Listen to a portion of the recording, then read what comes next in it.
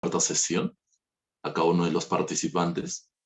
Vamos a dar inicio a esta sesión el día de hoy, no sin antes primero dar algunas indicaciones, reiterarles a cada uno de los participantes que el registro de asistencias será consignado a través de un formulario que se estará proporcionando en la caja de comentarios durante la sesión o al final de la sesión. Así que por favor les pedimos que no consignen ningún dato, ningún nombre en los comentarios, ya que estas únicamente será a través del formulario que enviaremos nosotros. Bueno, sin mayor otra indicación, vamos a empezar esta cuarta sesión del curso de Derecho Laboral y Seguridad Social, organizado por el Círculo Laboral Yuxtalegen y el Instituto de Capacitación Jurídica. El día de hoy, en esta cuarta sesión, tenemos a la doctora Linet Humala, la cual va a desarrollar el tema litigación oral en la Corte Superior. Brevemente una reseña de la doctora Linet Humala. La doctora Linet Humala es abogada por la Pontificia Universidad Católica del Perú, ha cursado estudios en la Diplomatura de Especialización en Recursos Humanos y Taller de Técnicas de Litigación Oral en Procesos Laborales en la misma casa de estudios. Es asociada del área laboral, procesal y migratoria del estudio Miranda y Amado Abogados. Tiene una amplia experiencia en el ámbito laboral, procesal laboral y migratorio. Sin mayor otro preámbulo, damos pase y presentamos a la docente que nos estará desarrollando la sesión del día de hoy referido a litigación oral en la Corte Superior. Doctora Linet Humala, el público y la sesión virtual es todo suyo. Hola Alfredo, muchas gracias. Antes de empezar quiero agradecer al Círculo de Derecho de Yuxtalegen y al Instituto de Capacitación Jurídica por la invitación. Con mucho gusto hoy les voy a compartir y voy a ser parte del aprendizaje de este cuarto curso. Así que por favor voy a comenzar a proyectar mi presentación. En caso no la pudieran ver o tuvieran inconvenientes me avisan. Porque con este tema de la virtualidad siempre hay que estar haciendo doble check. Ya por favor me confirma.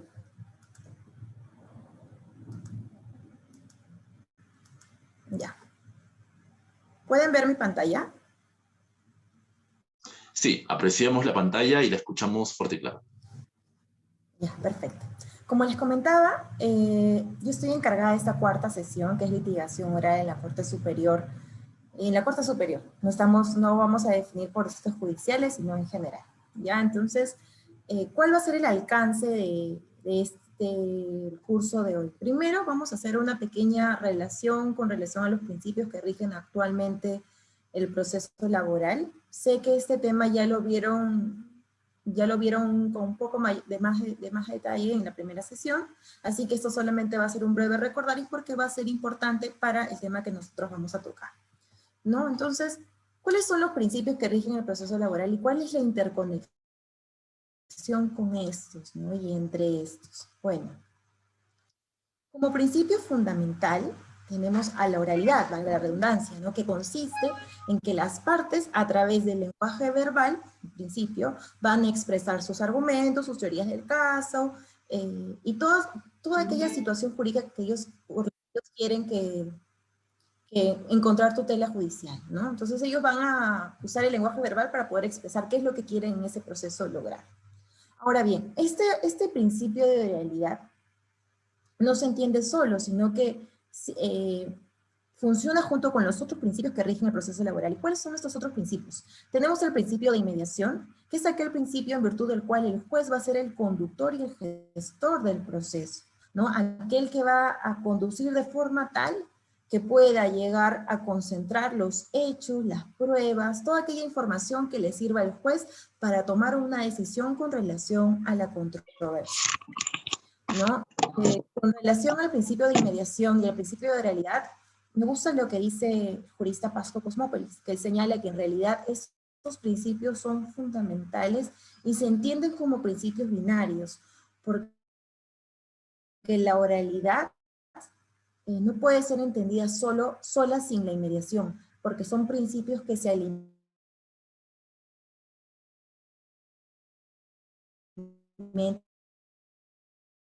entre sí.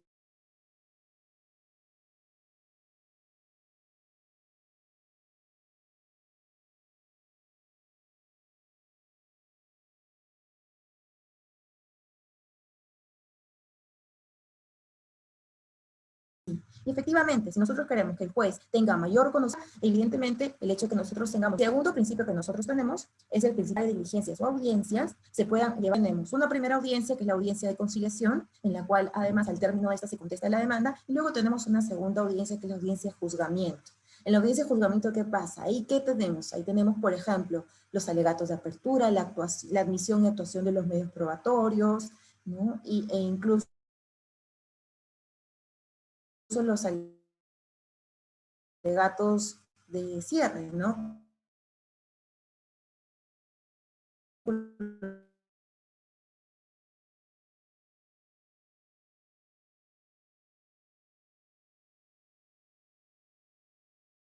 Los alegatos de clausura, con lo cual incluso ahí termina discusión y resolución de la controversia. ¿Y qué más? ¿Y qué una sola audiencia? La concentración de audiencia de juzgamiento, ¿no? ¿Y esto por qué sucede? Porque son procesos de una menor complejidad, con lo cual se pueden incluso reducir aún más las audiencias. Después, ¿qué otro principio tenemos? El principio de celeridad, que es aquel principio en virtud del cual se exige a la jurisdicción que cumpla con los plazos procesales, ¿no? Que cumpla con los plazos establecidos en la norma, que no dilate más el plazo. ¿Y esto por qué? Porque hay plazos cortos en función de los cuales se tienen que proponer los medios impugnatorios, en función de los cuales se tienen que programar las audiencias, en función de los cuales se tienen que emitir sentencias, y estos son plazos que tienen que ser, en la medida de lo posible, observados por los jueces, ¿no? Actualmente, por el tema de la pandemia, este principio ha sido dejado de lado porque se han visto muchas dificultades con relación a la implementación de las audiencias virtuales, porque hay varios distritos judiciales que lamentablemente no han contado con los equipamientos desde el principio ni con las condiciones necesarias para llevar a cabo las audiencias.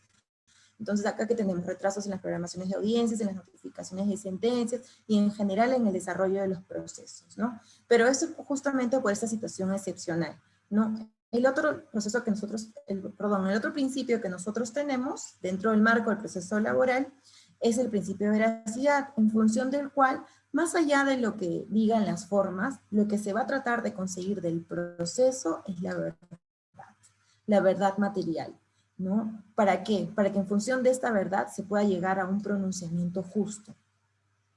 Y finalmente tenemos el principio de economía procesal. Este principio ha sido señalado como aquel que sirve para equilibrar las actuaciones dentro de un proceso. Incluso tenemos nosotros un pleno jurisdiccional de hace ya varios años, debe ser aproximadamente 6, 7 años, que aplicando este principio estableció que no era necesario, por ejemplo, actuar cada uno de los medios probatorios escritos dentro de un proceso, sino que por un tema de economía se tenía que actuar los medios probatorios principales, ¿no? Aquellos que estuvieran directamente relacionados con la teoría del caso propuesta en cada parte, ¿no? Lo cual nos parece que podría ser acertado en algunos casos, donde la controversia sea sencilla, pero en los casos complejos, donde sí hay que actuar bastantes medios probatorios, realizar visualización de audiencia, perdón, de videos, escuchar grabaciones, esto podría generarnos algún tipo de limitación. Así que esto hay que tenerlo con mucho cuidado, sobre todo cuando nosotros tenemos que ejercer la defensa de un caso bastante complejo, ¿no? ¿Y por qué menciono todo esto? Porque estos principios van a tomar mayor relevancia en el proceso laboral, porque ahora es oral, ¿no? Y el hecho de que sea oral genera que el juez tenga mayor apertura, mayor conocimiento y mayor conexión incluso con las partes, lo que va a facilitar la resolución de la controversia, ¿no? Incluso se genera en aquel que pide justicia, sea de parte demandante o sea de parte demandado, una sensación de mayor confianza en que si el juez toma conocimiento de las cosas sin intermediarios, sino directamente él va a poder resolver mejor. Ahora, como nosotros señalábamos, actualmente el principio rector, por así decirlo, desde mi punto de vista, es el principio de oralidad. ¿Por qué? Porque el proceso laboral es oral, ¿no? Es Es principalmente oral porque no quiere decir que no hayan aspectos escritos. Como ustedes habrán podido ver en los cursos anteriores, aún tenemos que presentar la demanda y la contestación de la demanda por escrito, tenemos que presentar los recursos impugnatorios por escrito, ¿no? Y sobre todo ese tipo de documentos que son en realidad bastante importantes porque son los que deben contener la carnecita de nuestra defensa o nuestra estrategia, ¿no? Más allá de cómo nosotros lo realicemos, ahí es donde nosotros condensamos cuáles de forma objetiva los puntos en función de los cuales nosotros vamos a delimitar nuestra estrategia procesal dentro del proceso. Ahora bien, pero teniendo en cuenta que eso es un proceso laboral oral, ¿podríamos decir que solamente vamos a utilizar el lenguaje hablado? Bueno, como lo acaba de plantear hace un momento, no. En realidad eso no es así. En este proceso laboral, si bien va a ser bastante importante que nosotros nos manejemos con el lenguaje hablado, es decir, que podamos transmitir y conectar con la audiencia, en este caso con el juez y con la otra parte, para efectos de que nuestra posición pueda ser asumida como una posición cierta, como una posición razonable, como una posición apoyada con los medios de prueba, ¿no? Como una posición con la cual nosotros queramos que el juez empatice, incluso convencerlo de que esa es la posición correcta, ¿no? Si bien esto es lo más importante, no debemos dejar de lado que también van a ser importantes los otros tipos de lenguajes, como el lenguaje escrito, ¿no? Como les comentaba, el lenguaje escrito que va a requerir de nosotros el formular escritos técnicos y persuasivos.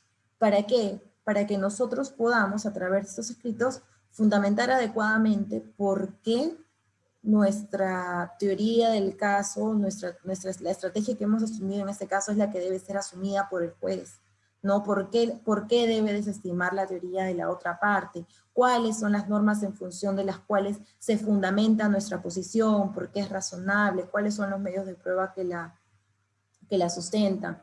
Y con relación a este punto, particularmente en el lugar en el que yo trabajo, en el Estudio Miranda, nosotros siempre tratamos de enfocarnos en que los escritos sean lo más amigables posibles para el juez, porque ciertamente los jueces tienen una carga bastante alta de procesos, ¿no? Entonces recibir un escrito gigante, 50, 60 hojas, es algo que para ellos va a ser imposible de leer.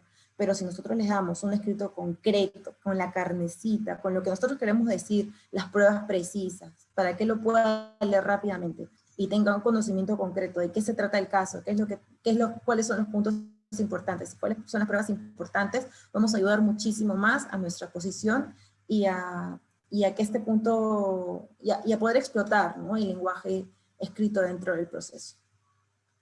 ¿Y cuál es el tercer tipo de lenguaje? Que no es ni el hablado, es el lenguaje no verbal, ¿no? Y este lenguaje es aquel que expresiones todo comunica. Incluso nuestra ropa, nuestros modales, si llegamos temprano o tarde a una audiencia, si nos ponemos la cinta o no al iniciar una audiencia, porque es un tema protocolar.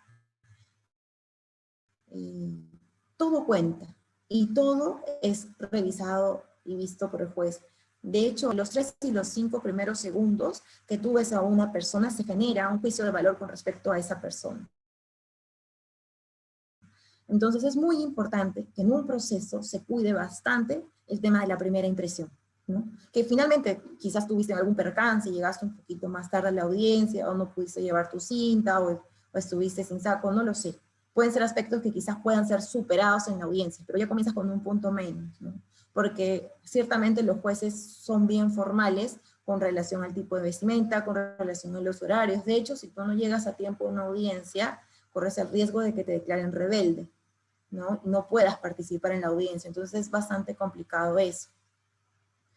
Y entonces, como les decía, este tema es muy importante por el tema de la primera impresión, por el tema de cómo puede ser tomado por el juez, y porque nosotros ahí estamos lidiando con una tercera persona, ¿no?, que va a evaluar si nuestra posición es una posición razonable o no, y nos va a medir desde el primer segundo. Así que tengamos en cuenta cuál es el mensaje que nosotros queremos transmitir desde el momento cero, desde antes de entrar a a la sala de audiencias. Actualmente, como ya no estamos interactuando en una sala de audiencias por el tema de la pandemia, ¿qué es lo que tenemos? ¿Cuál es el reto que tenemos actualmente? La interacción en las audiencias virtuales, ¿no? Entonces, ahí, por ejemplo, lo que nosotros tenemos, ¿qué cosa es?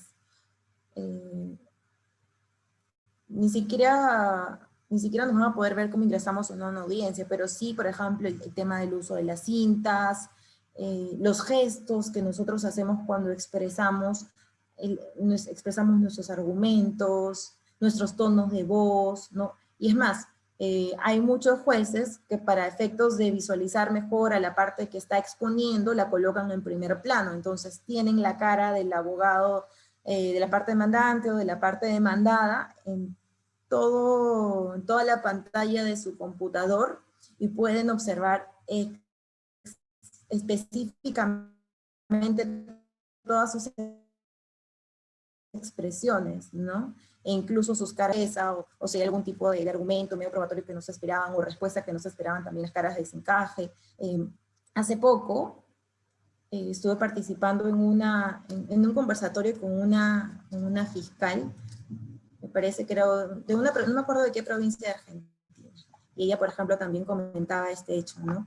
Que antes, cuando tú, ¿no? hacías el interrogatorio de un testigo, tú quizás no te percatabas mucho de los gestos, sino de la información que esta persona te proporcionaba, ¿no? Que era lo más importante.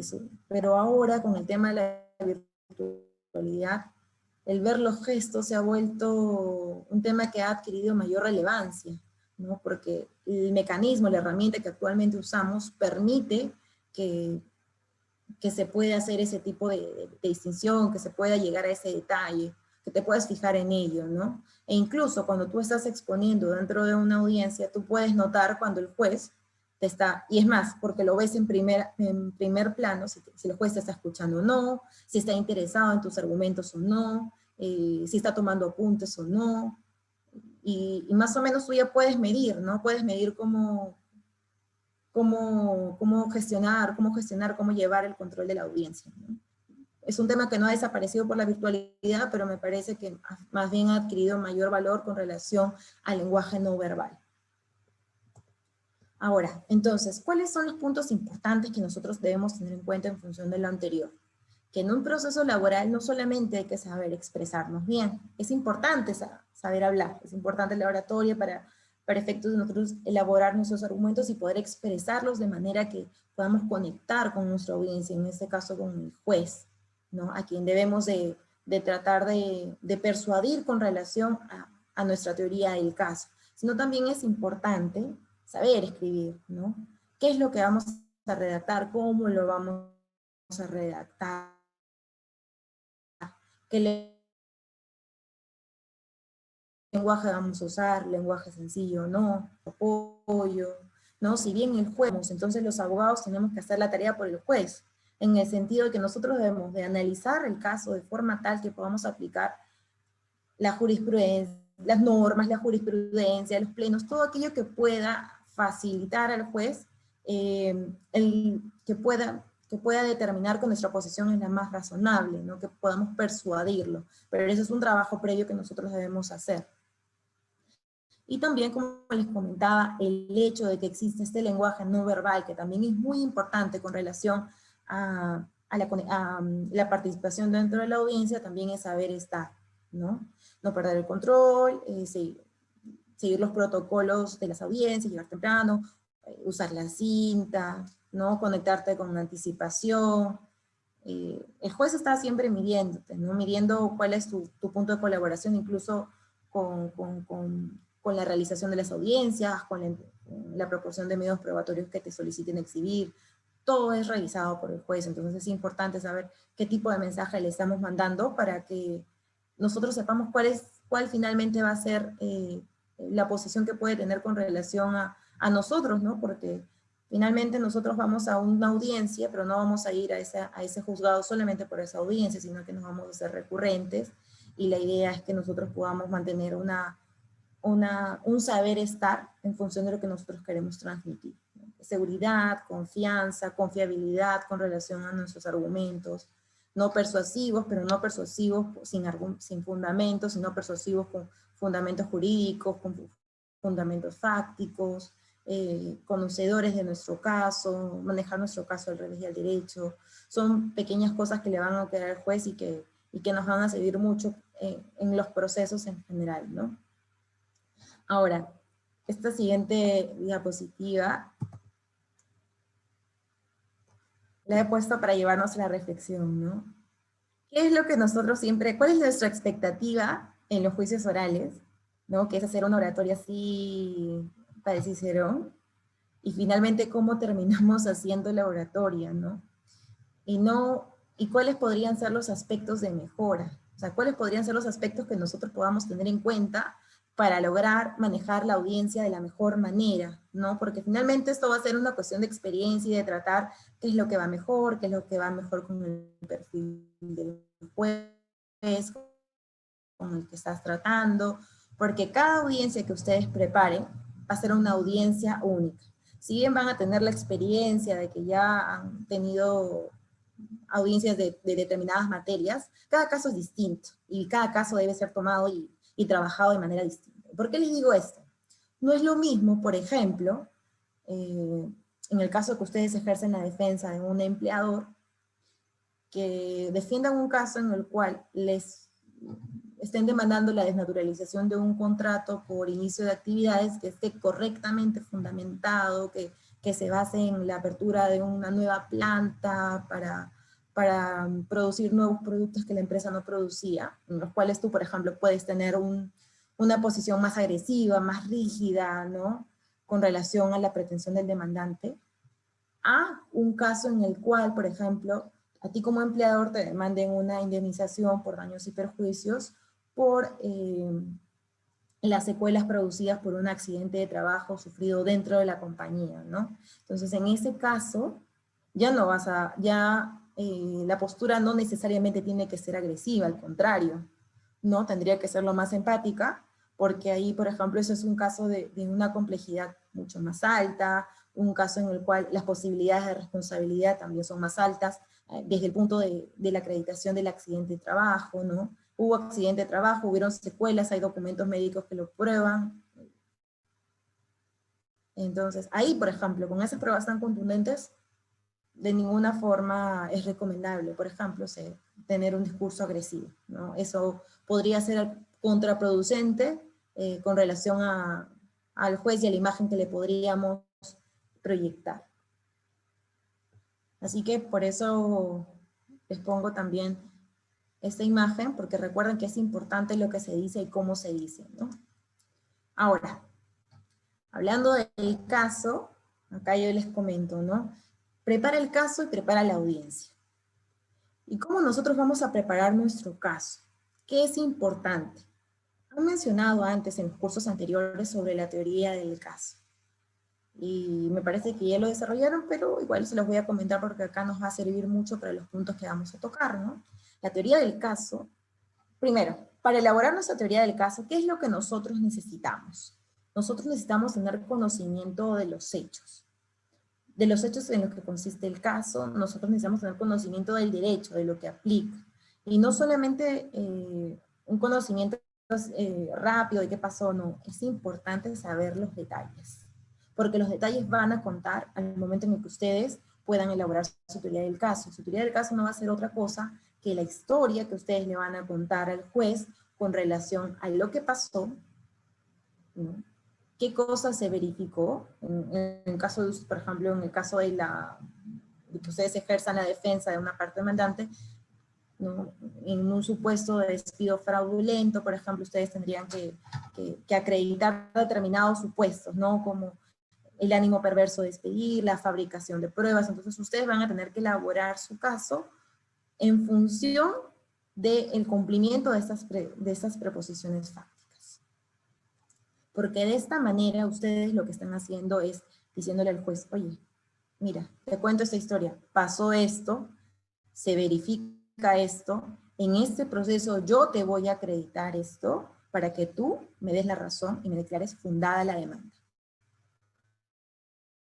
¿no? Entonces, acá que nosotros, ¿qué quiere lograr, en este caso, la parte con la teoría del caso? Contar una historia convincente, persuasiva, sí, pero que tiene que ser sencilla, tiene que ser lógica, tiene que ser única, porque no hay una teoría del caso igual que otra, tiene que ser autosuficiente, ¿no? La misma tiene que servir para que se pueda concluir por qué se le tiene que dar la razón, tiene que ser creíble también, no tienen que haber hechos que puedan sustentarla, tiene que tener un sustento en función de lo que realmente ha sucedido, no en cuestiones que no tengan ningún respaldo con los hechos, ¿no?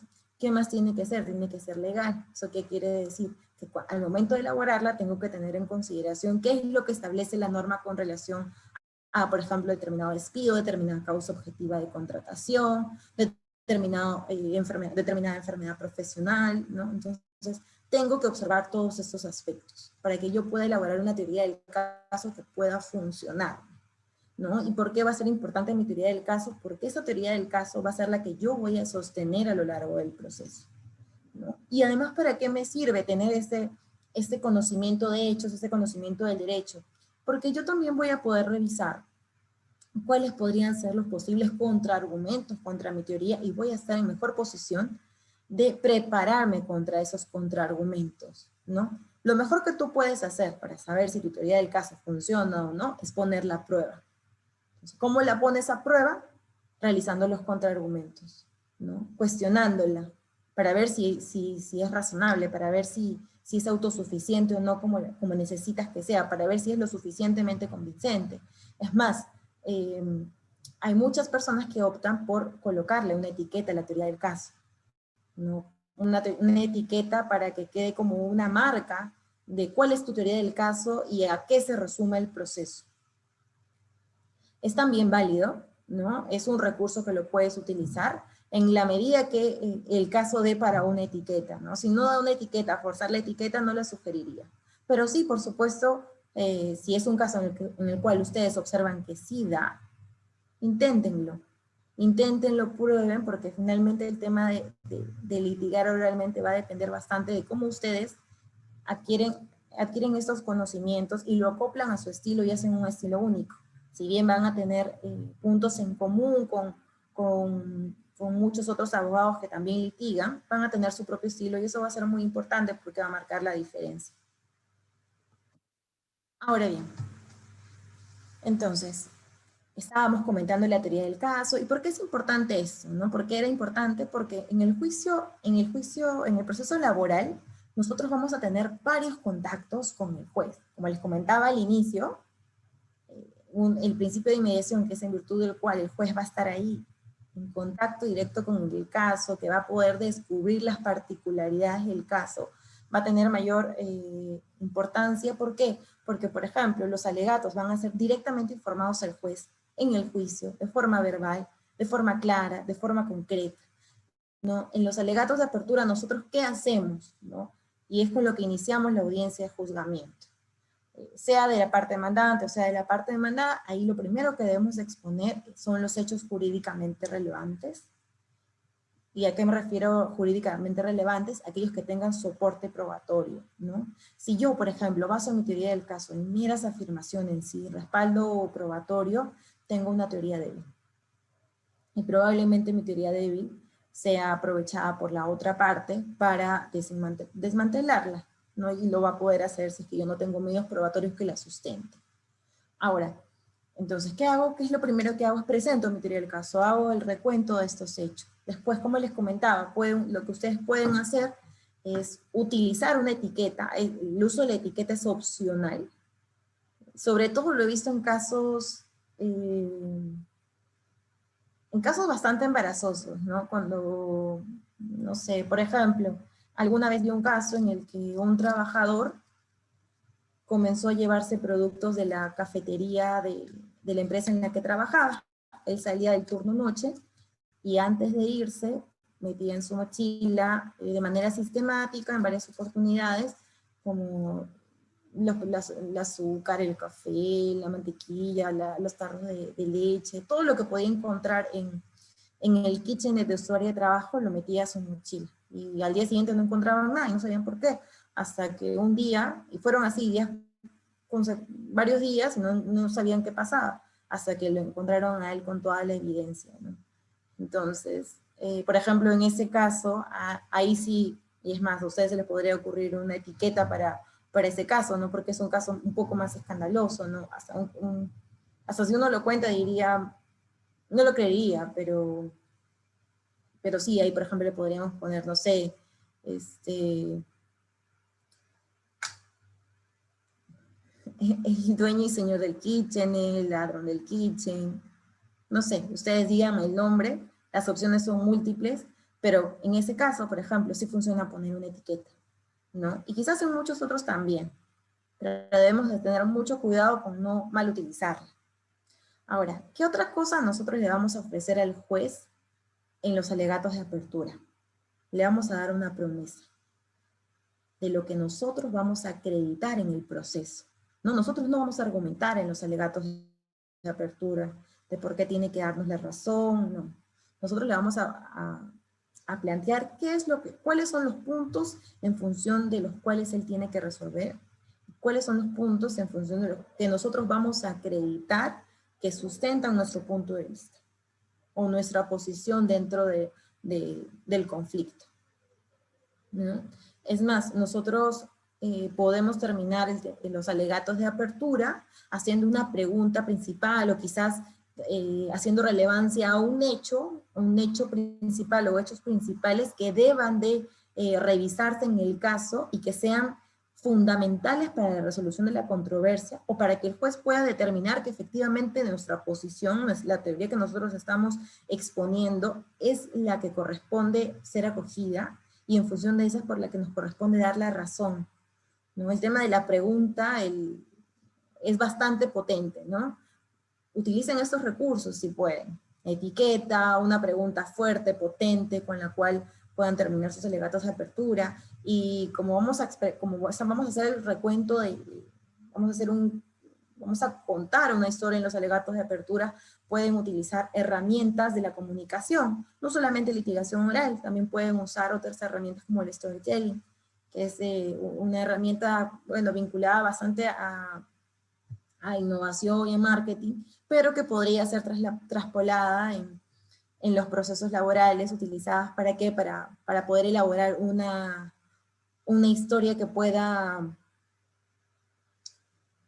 captar la atención del juez, ¿no? Que pueda captar la atención y pueda concentrar los hechos principales que nosotros queremos que él sepa. Y junto con los alegatos de apertura es importante que ustedes sepan que pueden contar con recursos audiovisuales de apoyo, ¿no? ¿Cuáles pueden ser estos recursos? Pueden ser gráficos, pueden ser fotos, donde ustedes quieran, no sé, diagramar algo, pueden ser videos, pueden usar todo tipo de ayudas visuales, en la medida que el juez lo permita, ¿no? Actualmente los jueces te permiten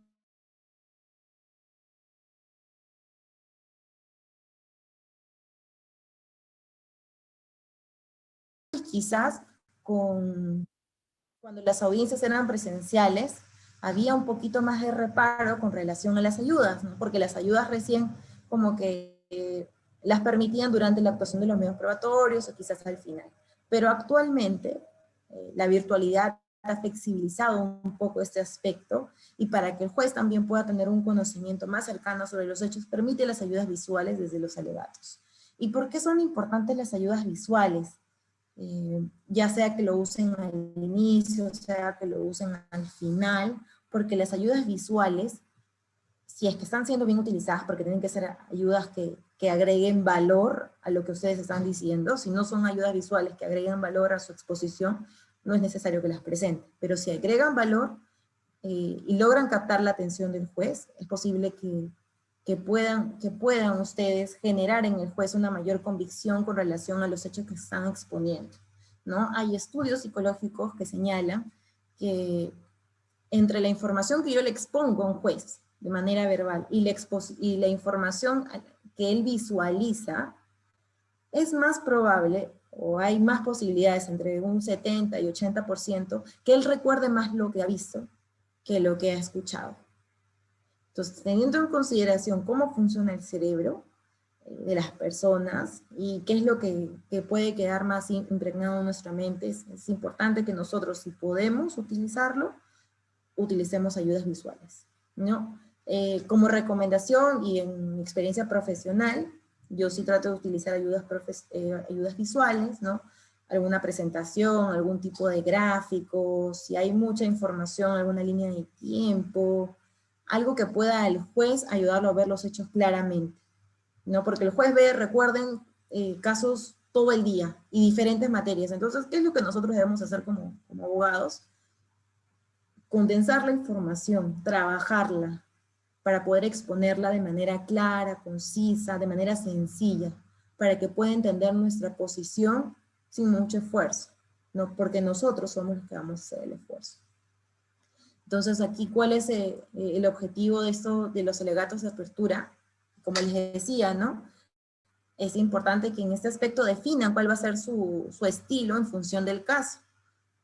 Recalco, no es lo mismo hacer una defensa de un caso complejo en el cual la parte de la que ustedes están defendiendo tiene todas las de perder, quizás porque hay medios probatorios que vastos con relación a, no sé, la generación de una enfermedad por las labores que realizó un trabajador en determinada empresa, y los medios probatorios son contundentes. En esos casos, no, como les decía, no es necesario ser agresivo con el discurso, ¿no? Ni con la técnica de litigación que se va a seguir, al contrario, puede sostenerse un diálogo más empático, más tranquilo, que el juez vea que nosotros estamos tratando de ejercer la defensa con lo que tenemos, ¿no? Tratando de acreditar el cumplimiento de las mayores obligaciones, de las mayores obligaciones que ha podido recabar la empresa, ¿no? Y tratando de ejercer la mejor defensa.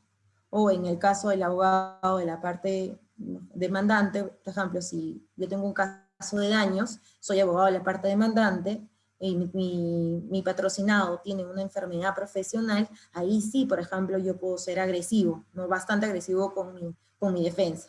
Pero si yo tengo, por ejemplo, que uno es agresivo y el otro no es agresivo, entonces tendría que también equilibrar, ¿no? Porque la idea tampoco sería que yo en un proceso vea que la otra parte es muy agresivo y yo no respondo o me quedo callado, sumiso. Tampoco esa es la idea y esa no es la recomendación. Siempre es no pelearse por las puras, porque no es que te vas a pelear en un proceso, pero sí responder concretamente, fuerte, conciso, aquello que tengas que responder, ¿no? Que no quede nada en el tintero, ¿no? Sobre todo en las declaraciones, no puede quedar nada en el tintero, ¿no? Y estos alegatos van a generar en el juez que se forme una idea sobre lo que ha ocurrido. ¿Qué es lo que nosotros queremos hacer con los alegatos de apertura? Queremos sembrar en la cabeza del juez una idea, nuestra idea sobre lo que ha ocurrido, nuestra idea sobre lo que va a haber en el proceso. Así que es muy importante que la preparación de los alegatos se haga con anticipación, que se haga con juicio y que se haga en función de lo que nosotros tengamos como recursos dentro del proceso, ¿no?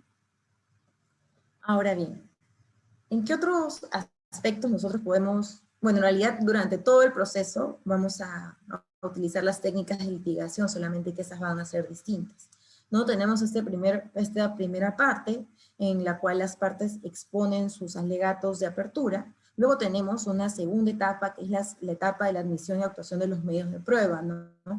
El primer aspecto en el cual nosotros vamos a tener que formular o realizar nuestras posiciones son con relación a la formulación de cuestiones probatorias, ¿no? Cuando tengamos que presentar tachas a algún medio probatorio, ¿no? Cuando nos tengamos que oponer.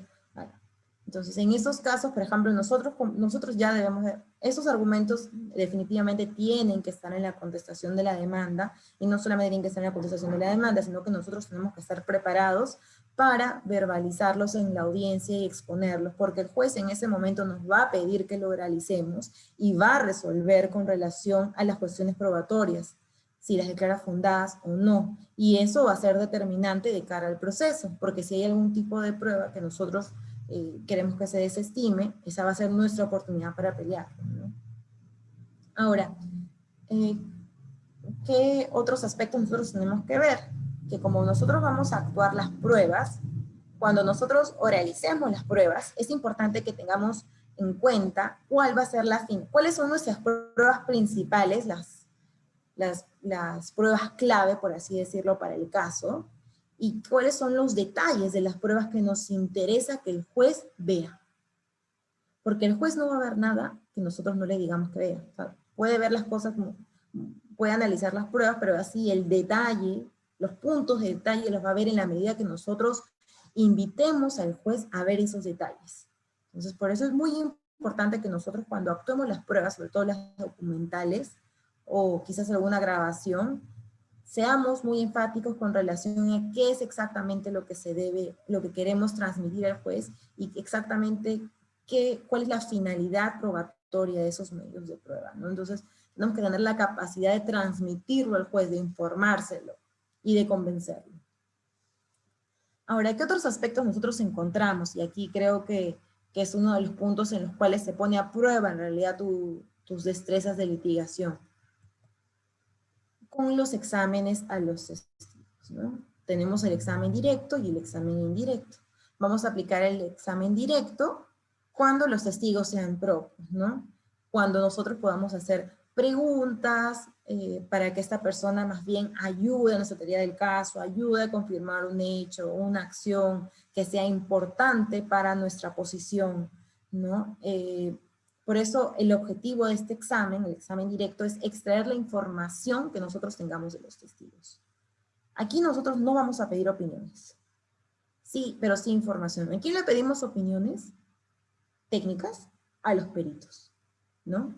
A ellos les pedimos opinión. Pero a los testigos no. Lo que queremos de los testigos es que nos informen con relación a lo que ellos saben, a lo que han visto, o de lo que han tomado conocimiento. ¿De acuerdo? Ahora, ¿qué tipo de preguntas nosotros vamos a plantear? Vamos a plantear preguntas abiertas, ¿no? Por ejemplo, si nosotros queremos saber cuáles fueron las circunstancias en las cuales ocurrió algún tipo de situación, podremos hacer las preguntas de qué pasó, quién fue, cómo pasó, dónde pasó, cuándo pasó, ¿no? ¿Cuándo, qué, dónde? Utilicen estas preguntas cuando quieran contextualizar hechos, les van a ayudar muchísimo, ¿no? Y también es importante que utilicemos algunas preguntas previas como de legitimación, ¿no? Sobre todo en el caso de los peritos, que lo he colocado acá también para que lo tengamos en cuenta. Pero cuando nosotros vayamos a introducir a un testigo dentro de una audiencia, es importante que nosotros podamos evidenciar por qué esta persona puede tener conocimiento de los hechos, o por qué su declaración es importante, ¿no? Imagínense, estamos hablando de un caso en el cual ocurrió un robo a las 7 de la noche, entonces yo no voy a llamar al vigilante, por ejemplo, de las 7 de la mañana, sino voy a llamar al vigilante de las 7 de la noche.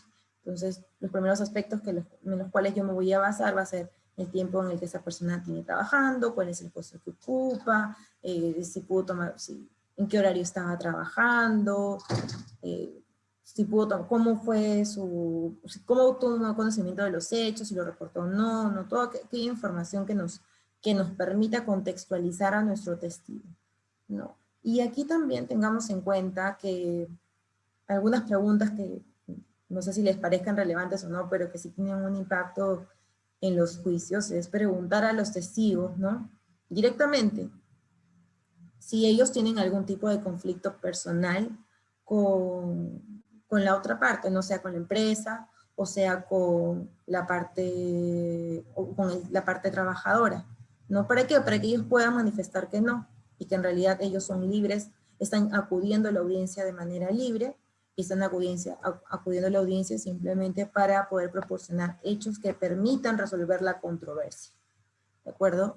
Esas preguntas de inicio son muy potentes, son muy fuertes. A veces no es necesario hacerlas porque el juez las hace, y si no las hace, nosotros las hacemos, ¿no? Y al final culminar con estas preguntas, culminar preguntando si la parte que le ha ofrecido su declaración, le ha ofrecido algún tipo de incentivo, recompensa por acudir a declarar, ¿no? Para que indiquen que no, para que sepan nuevamente que en realidad la manifestación, la declaración que se está haciendo es una declaración libre. Ahora, ¿qué es lo que yo debo aprovechar en el examen directo? a desarrollar mi teoría del caso. Y es más, si tengo algún tipo de aspecto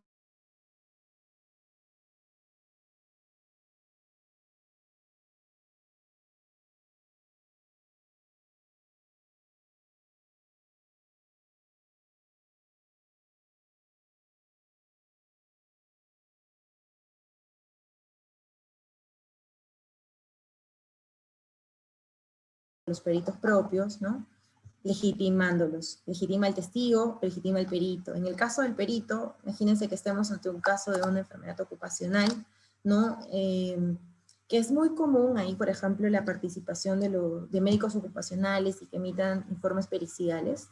Ahí es muy importante que nosotros acreditemos adecuadamente el médico ocupacional, ¿no? Esa persona no es, la persona que ha hecho el informe médico, el informe pericial no es cualquier médico ocupacional, es un médico que tiene no sé cuántos, no sé, determinada cantidad de años, tiene tales estudios, ha realizado especializaciones en medicina ocupacional, y si es de un sector, también del sector, ¿no? Y en función de eso nosotros tratamos de darle, le damos al juez información con relación a quién estamos llevando, a qué profesional estamos llevando y por qué es importante la información que él nos va a brindar o su opinión, ¿no?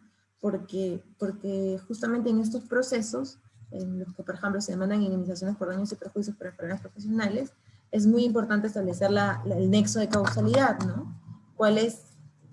Y en función de este punto, que es el nexo de causalidad, determinar si es responsabilidad o no de la empresa a la que se demanda o quizás sea de otra empresa. Entonces ahí es muy importante el tema de la legitimación. ¿De acuerdo? ¿Qué más? ¿Qué más es importante? De cara a una declaración, es importante que ustedes le den la confianza al testigo para que él se exprese en sus propios términos, en sus propias palabras, para que le cuenten los hechos tal cual les cuentan a ustedes. Sucede mucho que cuando uno a veces, o cuando el abogado interactúa con el testigo, el testigo quiere nuevamente replicar la misma respuesta porque el abogado le dijo, ah, ya, ok, muchas gracias, ¿no? Y a veces por el hecho de tratar de memorizar, pierde naturalidad su declaración. Así que es importante que no suceda eso, ¿verdad? No pedir memorizar, no, darle confianza para que para que pueda contestar las preguntas con naturalidad. ¿Por qué? Porque no hay nada que ocultar, no hay nada que armar, simplemente es la verdad que va a ser expuesta.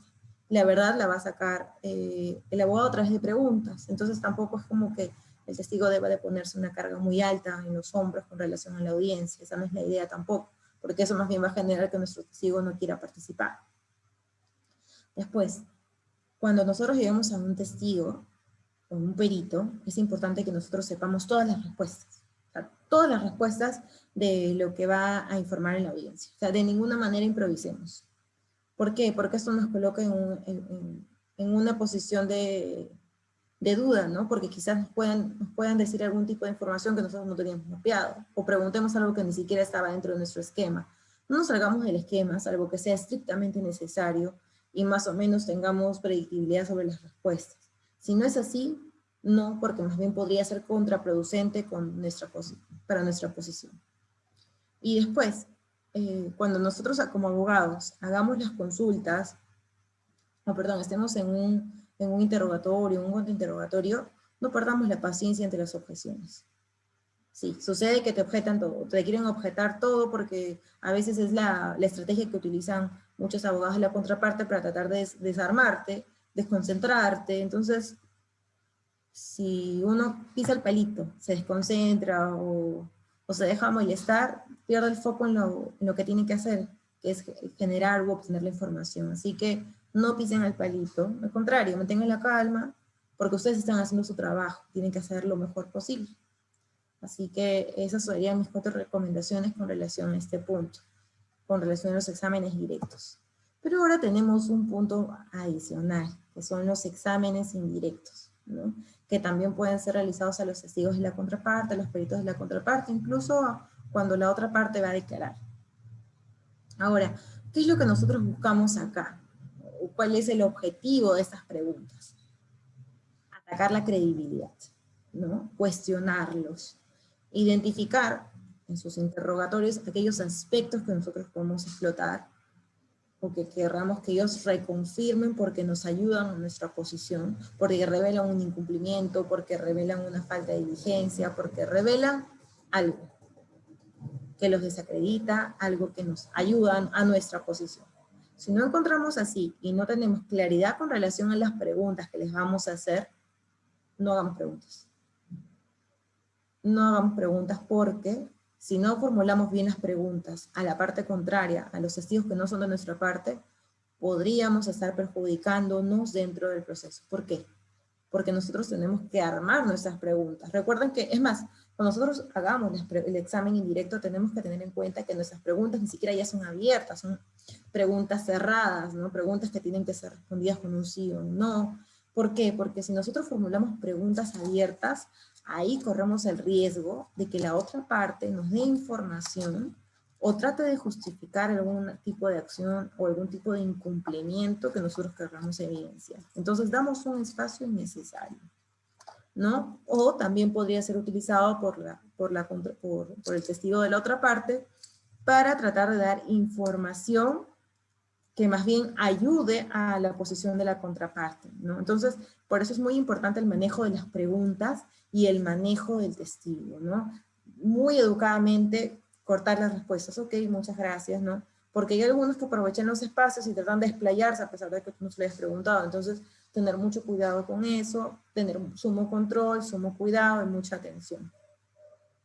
Aquí en este ámbito sí valen las preguntas sugestivas, ¿no? Aquellas que ya contienen una información de base. Y estas las podemos utilizar en función de lo que nosotros hemos obtenido de los documentos, no sé, por ejemplo, una declaración jurada que esta persona haya escrito, donde ella reconoció determinado hecho, ¿no? Podemos decir, usted ha señalado, sí. Entonces, para reforzar otro medio probatorio, ¿no? O si en su declaración manifestó algo que, reconociendo negligencia, usted ha señalado que cometió este acto sin seguir los protocolos, ¿cierto? Sí. Para reforzar esos aspectos, ¿no? Y como les decía nuevamente, controlen el alcance de las preguntas y las respuestas, y de ser necesario, corten amigablemente las respuestas. ¿Para qué? Para que no haya ningún daño, ningún tipo de información adicional que pueda ser innecesaria y más bien perjudicar su posición en el proceso. Ahora, aquí, los extra tips con relación a esos exámenes indirectos. No pidan explicaciones, porque se puede perder el control del testigo del perito. No lo hagan. No hagan preguntas abiertas. No lo coloqué acá, lo digo colocar, no hagan preguntas abiertas, o no hagan preguntas que más o menos no tengan mapeadas las respuestas porque podría ser contraproducente. Después, no hagan preguntas si no han identificado su finalidad con relación a la resolución del conflicto. Si no tienen preguntas, no les hagan, no es necesario. Pero si les han identificado claramente, háganlas. Y no tienen que hacer muchas preguntas, ¿no? Si tienen el objetivo claro y simplemente va a ser para determinar un objetivo, las preguntas se pueden centrar ahí, y punto. Y no hacer preguntas, ¿no? Lo más conciso y lo más cuidadoso con este grupo de pruebas. Porque recuerden, no es nuestra prueba. Ahora, entonces tuvimos los alegatos de apertura, tuvimos la etapa de las pruebas, de la admisión, de la formulación de las suposiciones, de las tachas, la actuación de los medios probatorios, y sobre todo me centré en el hecho de obtener la declaración de los testigos propios, de la otra parte, los peritos. ¿Por qué? Porque esos van a ser en realidad los aspectos en los cuales ustedes van a tener que demostrar sus destrezas para comunicar y obtener la información que ustedes quieren. Así que es muy importante ponerle especial énfasis en los temas que acabamos de tocar. Y finalmente, como cierre del proceso, ¿qué es lo que vamos a hacer? Vamos a realizar los alegatos de clausura. ¿Y cuál es la fórmula para los alegatos de clausura? No existe una fórmula especial. En realidad, eso ya depende mucho de la práctica de cada abogado, pero hace un tiempo encontré esta fórmula propuesta que me gustó mucho y le he estado aplicando y me parece súper útil y súper potente, así que se se las muestro para ver si también quizás las pueden usar y les sirve y les es de utilidad. Y estos alegatos de clausura están pensados en empezar como con los hechos fuertes, ¿no? Con los hechos que han sido desvirtuados en el proceso y que desbaratan la teoría del caso de la parte demandante, o de la parte demandada, en el caso sea nuestra contraparte, ¿no?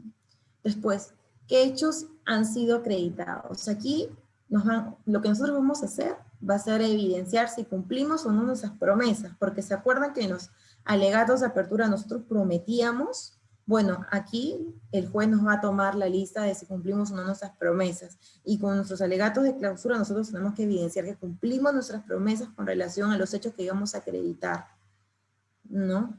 Incluso si hay algún tipo de prueba fuerte, algún tipo, los podemos colocar en este primer punto o en este segundo punto, ¿no? Las pruebas fuertes del proceso, las pruebas o que desbaratan o que nos ayudan a nuestra posición para reforzar el cumplimiento de nuestras promesas, por así decirlo. Después, en el tercer punto, le sugeriría trabajar el tema del control o reducción de las debilidades del caso, no tocarlas, ¿no? Lo peor que uno puede hacer cuando encuentra una debilidad en un caso es hacérselo. O sea, el no lo vi, el no sé si el juez no se dará cuenta, no. Aborda el tema, trabájalo y da una respuesta razonable al hecho. ¿Para qué? Para que el juez pueda tomar conocimiento de eso y puedas estar ante una mejor posición frente al juez, ¿no? Porque el juez va a saber que tú estás respondiendo ante ese hecho, ante esa debilidad, e incluso le estás dando una respuesta. Después, como cuarto punto, dentro de la preparación de sus alegatos de clausura, está indicar cuáles son las normas aplicables, la jurisprudencia que se ha emitido sobre ese caso, los pronunciamientos del tribunal, de la Corte Suprema, los plenos que quizás se han emitido y justo ayudan a la autoridad del caso, ¿no? O la avalan. Entonces es importante que nosotros en ese momento lo mencionemos, ¿no? Va a ocurrir dentro de su experiencia profesional que incluso les toquen casos similares, ¿no? La misma problemática, 50 casos. Y ustedes ya tienen pronunciamientos favorables, cítenlos, cítenlos. Citen los expedientes, citen los juzgados, citen las salas, porque esa información es información que definitivamente los jueces van a valorar y van a decir, y incluso ellos van a pensar, ¿no?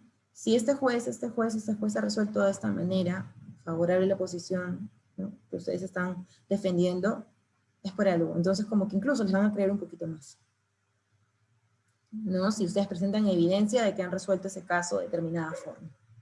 O quizás no el mismo caso, pero una problemática idéntica también les sirve. Así que ahí también aprovechen, ¿no? Ahí sí citen expedientes, citen salas, citen juzgado, sobre todo los principales, ¿no? Y finalmente, el último punto es el cierre de la historia, ¿no? El cierre de la historia con que empezaron y el pedido final con relación a cuál es el sentido del pronunciamiento que ustedes están buscando en función de todo lo que han podido acreditar en el proceso y de todo lo que finalmente sucedió en el proceso, ¿no? Y con esto ustedes pueden realizar unos alegatos de clausura potentes, ¿no? Es importante que ustedes cuando preparen sus alegatos de clausura, los preparen, los verbalicen, los expongan antes y puedan contarle esto a otra persona para que puedan incluso tener algún tipo de feedback antes de la audiencia. Eso les va a servir también mucho. Recuerden que nosotros cuando formulemos los alegatos de apertura o de clausura, tratemos de formularlo en la medida de lo posible como una historia. ¿Por qué? Porque vamos a utilizar ahí una de las herramientas o una de las formas de funcionar el cerebro, ¿no? Cuando el cerebro sabe que tú le vas a contar una historia, se pone en predisposición para que tú le cuentes una historia. Entonces aprovechemos eso para predisponer al cerebro del juez a que escuche nuestra historia y que nuestra historia no lo aburra, sino que nuestra historia capte su atención, sea una historia creíble, sea una historia convincente, sea una historia que se sustente en hechos acreditados e incluso que recoja aspectos trascendentales que sucedieron dentro de la audiencia. Eso va a ser vital para para finalmente obtener un pronunciamiento final favorable o si no se puede favorable, al menos para que quede esa, porque van a haber casos que definitivamente no se van a poder ganar, pero para que quede esa sensación de que se hizo todo lo que se pudo hacer, todo, ¿no? Quizás ahí no venzas, pero convenzas, de que trabajaste lo mejor. Entonces, yo sí les sugeriría eso. Como puntos finales, recuerden que aún estamos en este proceso, en este periodo especial de pandemia, y si seguro han visto esta noticia que ocurrió hace poco de un abogado que de casualidad prendió el filtro del gatito, ¿no? Donde le dice al juez, no soy un gato. Eso nos puede parecer muy gracioso, pero puede sucedernos. Puede suceder a nuestros testigos si no los acompañamos debidamente con la preparación de la plataforma, con el uso de la plataforma. Entonces es importante que nosotros no solamente preparemos el caso, preparemos la herramienta. Así que los invito a preparar la herramienta, a que estén debidamente preparados ustedes, sus testigos, y las partes que vayan a participar para que no les ocurra esto, que puede ser muy gracioso, pero creo que cuando le sucede a uno no va a ser tan gracioso. Así que nada, los invito a que preparen el caso para esta nueva dinámica virtual de las audiencias, que utilicen el espacio de las audiencias virtuales para que puedan proponer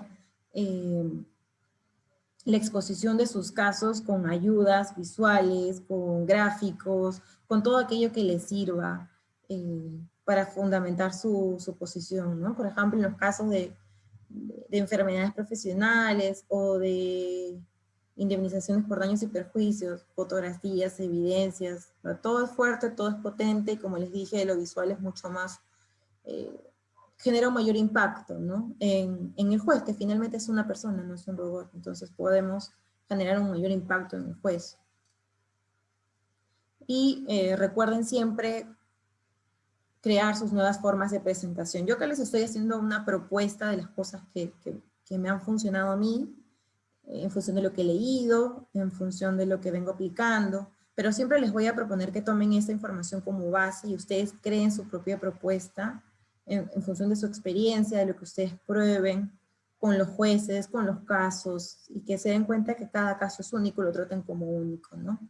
Y finalmente recuerden, creo que he dicho por segunda vez finalmente, que no quiero dejar de señalar este punto, que la virtualidad ha enfatizado el lenguaje no verbal. Así que nosotros, desde que nos conectamos a una audiencia virtual, con determinados minutos de anticipación o no, estamos emitiendo mensajes. Si utilizamos o no la cinta, estamos emitiendo mensajes. Así que procuren que los mensajes que nosotros emitamos sean aquellos que realmente queremos emitir. Y con estas últimas reflexiones termino mi exposición. No sé si tienen alguna pregunta sobre lo que acabamos de ver, o no sé, ustedes me comentan. Voy a dejar de proyectar para poder verlos. Muchísimas gracias, doctora Linet, por la exposición, por la disertación de este tema de litigación oral en Corte Suprema. Invitamos a los participantes a realizar sus preguntas, consultas, dudas acerca del tema a través de la caja de comentarios. Un tema tan interesante que ha tocado. Y bueno, quizás empezaría yo para animar a los participantes o mientras van formulando sus preguntas, en este tema de, como lo expone, ¿no? El tema de la oralidad en el proceso laboral, el cual tiene una predominancia mayor en las actuaciones. Sin embargo, yo resalto esto, ¿no? Lo que he mencionado en la exposición. Cuán importante es que también no se descuide el tema de la escrituralidad, o bueno, el tema del escrito, ¿no? Porque muchas veces se cree erróneamente, en este caso concreto, no sé, me gustaría escuchar un poco más su participación, porque en la práctica sucede de que se concibe erróneamente de que el proceso laboral es netamente oral y por así decirlo, hay partes que presentan unos escritos que de verdad no es fácil de entenderlos, de desentrañarlos, por así decirlo, y al final el juez y los auxiliares jurisdiccionales se encuentran con un dilema, ¿no? Porque en la audiencia dice una cosa, pero su escrito dice otra cosa. Entonces ahí hay mucho por trabajar y no sé qué podría decirnos al respecto. Así es, coincido contigo. A veces las demandas o las contestaciones de la demanda se centran en puntos de su defensa y en función de esos puntos de su defensa que nosotros incluso elaboramos nuestra estrategia.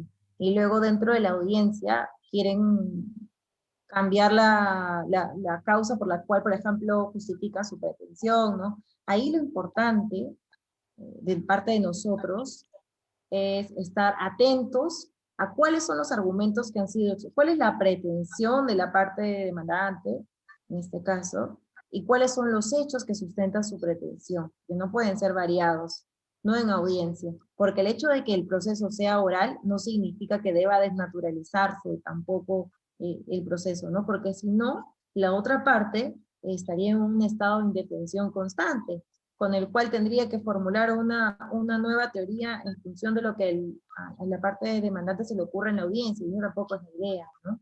La idea es de que el escrito tanto de demanda como de contestación de la demanda contenga los principales fundamentos de las posiciones de ambas partes, ¿no? Puede ocurrir que pueda haber algún aspecto que se puede tocar en la audiencia, pero que no va a modificar tu teoría del caso, ¿no? Puede ser un aspecto secundario que más bien es un reforzamiento, ¿no?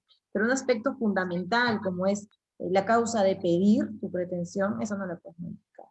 O por lo menos no deberías utilizar el proceso oral para modificar. Coincido completamente. Ya tenemos las primeras preguntas. César Vargas Rodríguez menciona, al exponer la teoría del caso, ¿hay algunos parámetros a tener en cuenta? Bueno, como les comentaba, lo que yo les proponía cuando van a exponer su teoría del caso es que es que lo cuenten como una historia, ¿no? Que lo cuenten como una historia, que presenten los hechos que han ocurrido en el caso, y qué es lo que se está verificando, o sea, cuáles son esas preposiciones fácticas, ¿no? Por ejemplo, estamos hablando de contrato, ¿qué es lo que se ha visualizado? Un contrato desnaturalizado, ¿por qué estamos diciendo que se ha desnaturalizado el contrato? ¿Qué hechos se han verificado, ¿no? Nosotros debemos de condensar esta información como una suerte de historia y con una promesa de los hechos que nosotros vamos a cumplir. Y como es una historia, utilicemos los recursos que tengamos. O sea, hoy en día es muy difícil que en realidad una persona solamente tenga conocimiento de algo. En realidad creo que la curiosidad ha aumentado por muchos aspectos, y aquí yo les recomendaría el uso, por ejemplo, del storytelling, que es muy utilizado en los temas de marketing para captar la atención de los usuarios, para captar o para enviar un mensaje potente y fuerte, ¿no? Y si no lo usan, porque igual ese es un tema relativamente nuevo, pueden simplemente tratar de elaborar su caso, ¿no? Su historia, de manera que esta sea sencilla, lógica, única, autosuficiente, y que la puedan contrastar con otra persona, la puedan discutir y contrastar, ¿no? Lo importante es que ustedes siempre pongan a prueba su teoría del caso para ver si es lo suficientemente fuerte y creíble.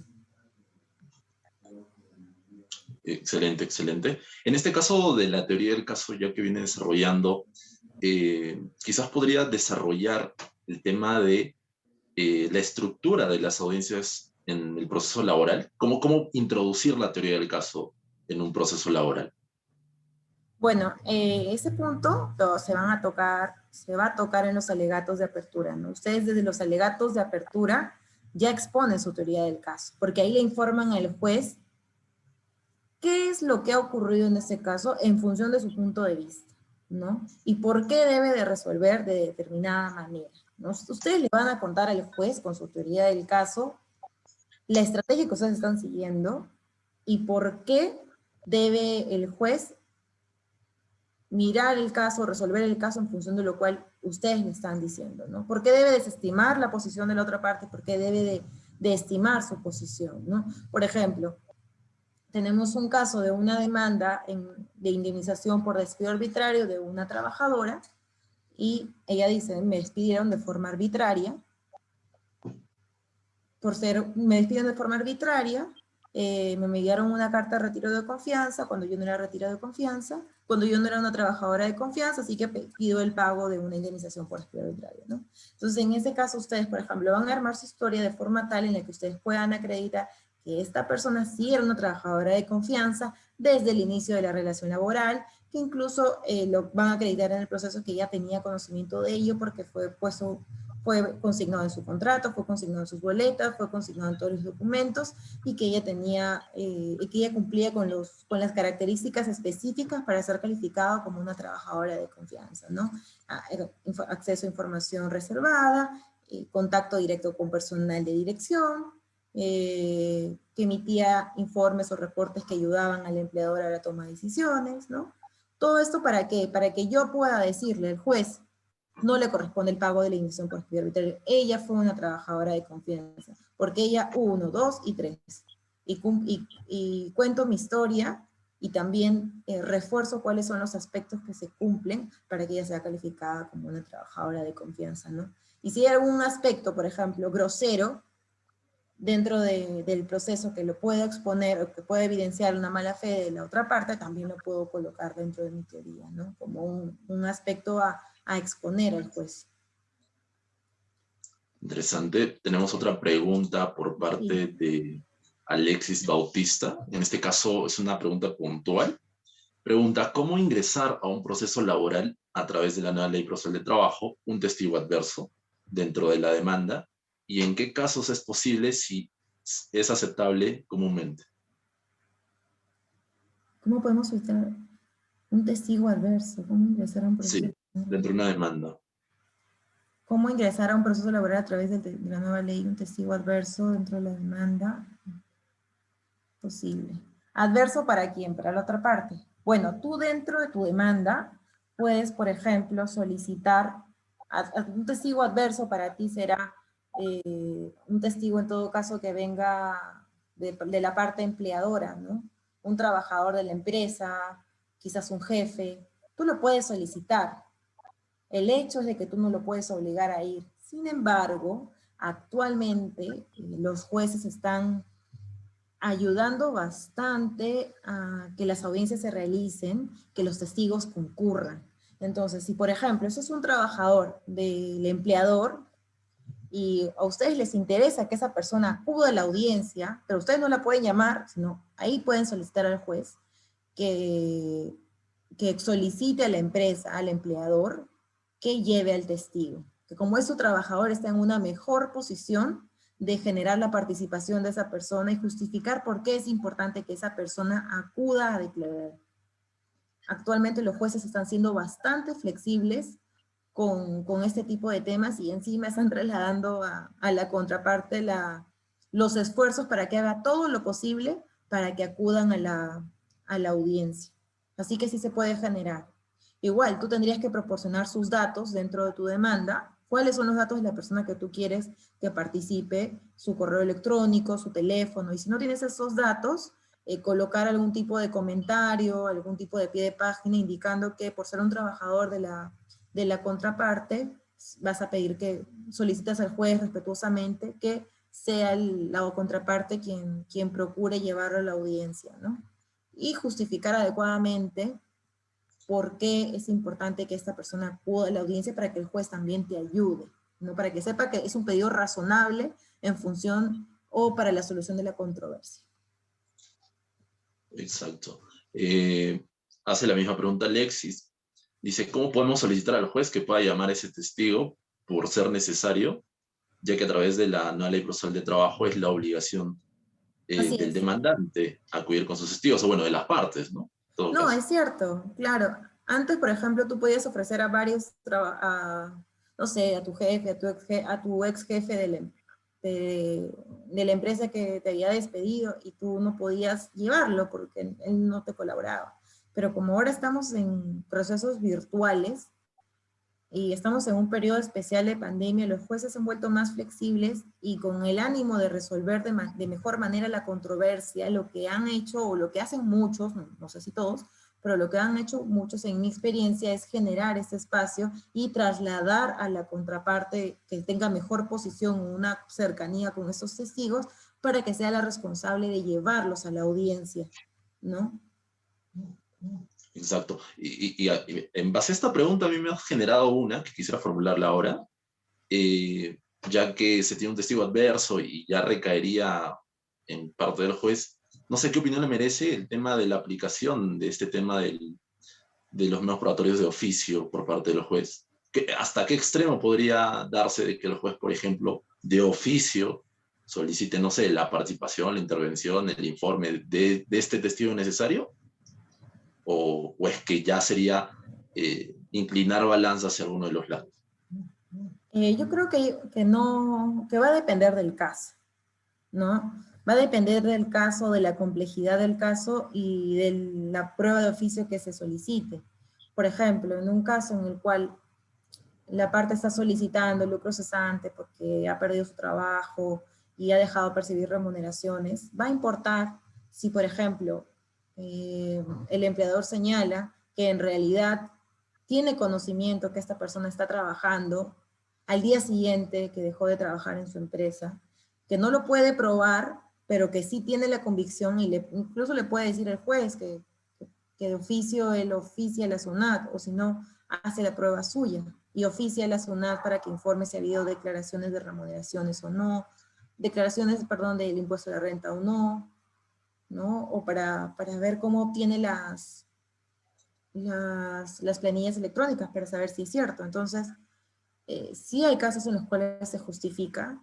No creo que necesariamente sea inclinar la balanza, al contrario, me parece que las pruebas de oficio se piden justamente porque hay dudas razonables con relación a la solución de la controversia y lo que quiere el juez es tener la mayor cantidad de medios probatorios que le permitan llegar a la verdad, porque con lo que tiene no lo ha logrado o no lo logra, ¿no? Entonces, igual creo que es el juez como director de la audiencia, como finalmente el responsable de resolver la controversia, a mi parecer, tiene esa facultad y puede ejercerla, ¿no? La idea es que también ese ejercicio sea razonable y tenga un fin legítimo, que es resolver la controversia, y de ninguna manera se pueda advertir algún tipo de arbitrariedad, ¿no? Porque si nosotros ya advertimos arbitrariedad o un ánimo de perjudicar a alguna de las partes, esto va a quedar incluso evidenciado en su pronunciamiento. Luego lo vamos a poder cuestionar. Totalmente de acuerdo. Quizás en este caso también sería muy interesante analizar, bueno, cómo se discute, ¿no? El tema de la prueba de oficio, por ahí extraer Sí, algunos criterios que se tiene, por ejemplo, del reciente pleno casatorio civil. Otra pregunta, sí.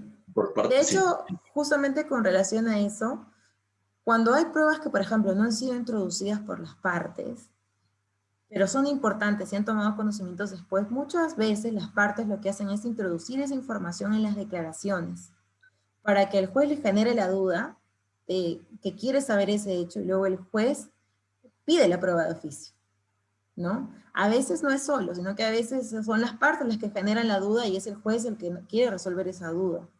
Entonces también es una cuestión estratégica. No siempre es el juez del que, por ejemplo, sin ningún fundamento se le ocurre pedir la prueba, sino también a veces, muchas veces es producto de una estrategia previa planteada. sí, sí, totalmente. Continuamos. Jesús Llerena nos hace el interrogante. Eh, Sucede mucho, además, dice en el recurso de apelación, que en ciertas oportunidades una de las partes omitió impugnar un aspecto fundamental de la sentencia. Entonces pretenden justificar su falta de diligencia con el principio de oralidad, argumentando en plena audiencia de vista de que el proceso laboral es oral y por lo que puede agregar un nuevo agravio, por ejemplo, impugnatorio. ¿Qué opinión le merece este argumento? Bueno, yo considero que ese argumento no tiene sustento jurídico. No, el hecho de que el proceso sea laboral no significa que tú no debas de ser diligente cuestionando aquellos aspectos eh, que te causan agravio, ¿no? Porque si tú no los cuestionas, no es un agravio. Entonces, si tú no cuestionas ese extremo ya fue consentido. Y en la audiencia de vista únicamente se tienen que pronunciar con relación a los aspectos que han sido cuestionados. Entonces ahí tenemos un ámbito delimitado. Y esa es una lección que incluso deben de tener los abogados que impugnan las sentencias, ¿no? Para tener mucho recelo y mucho cuidado con relación a cuáles van a ser los agravios que que ellos van a explotar dentro de su recurso de apelación. porque si no, después, ¿cuál va a ser su posición o cuál va a ser su fundamento para tratar de generarlo como agravio en la audiencia de vista? Para mí eso ya no se podría, y que un juez lo permita sería desnaturalizar el proceso, ¿no? Medio impugnatorio también, porque para eso mejor no lo formulas oportunamente. Exacto. Otra pregunta de Diana Salazar, bueno, tiene dos preguntas. La primera, respecto al principio de celeridad, dice, ¿es posible impugnar una liquidación de intereses legales si en esta se ha considerado el periodo de cuarentena teniendo en cuenta que ello no es imputable a las partes? Y la segunda va referido al juzgamiento anticipado. Dice, ¿se podría alegar una vulneración al debido proceso? ¿O cuál sería la recomendación para evitar esta vulneración al debido proceso en un juzgamiento anticipado y que se programe la audiencia de juzgamiento? A ver, ya, perfecto. Con relación a la primera pregunta, ¿es posible impugnar una liquidación de intereses legales si en esta se considera el periodo de cuarentena, teniendo en cuenta que ellos no es imputable a las partes? Tendría que revisar el tema con relación a los intereses legales, porque por ejemplo en la cuarentena lo que ha habido ha sido suspensiones de plazos procesales y procedimientos administrativos, pero no he visto alguna disposición con relación a la falta de cómputo de los intereses. Entiendo que podrían aplicar la misma lógica, ¿no? Podrían aplicar incluso, si yo quisiera cuestionar este tema, podría aplicar la imposibilidad de pagar o la imposibilidad de funcionamiento del Poder Judicial para tratar de reducir los intereses legales. Lo haría, pero no estoy segura de qué tan factible sea. Así que ese tema sería cuestión de revisarlo. Si quieres, Alfredo, después me puedo comunicar con Diana para dar la respuesta final a esta pregunta.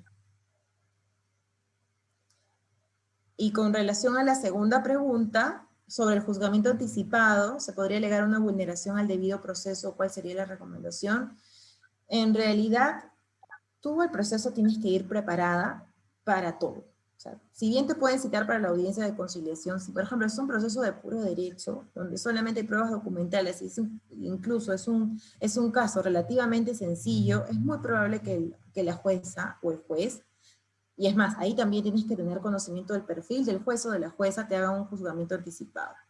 Es importante que tú identifiques cuáles son los juzgados que más o menos o medianamente hacen juzgamientos anticipados, porque ellos van los que probablemente a ti también te pidan los juzgamientos anticipados, o te soliciten el juzgamiento anticipado, y ahí no hay vulneración, ahí no podrías vulnerar el debido proceso, porque en realidad lo que ellos te van a decir es que tienes que estar preparado para la audiencia, tienes el abogado, tú eres el conocedor de las partes, o sea, ¿en qué otro momento te voy a dar?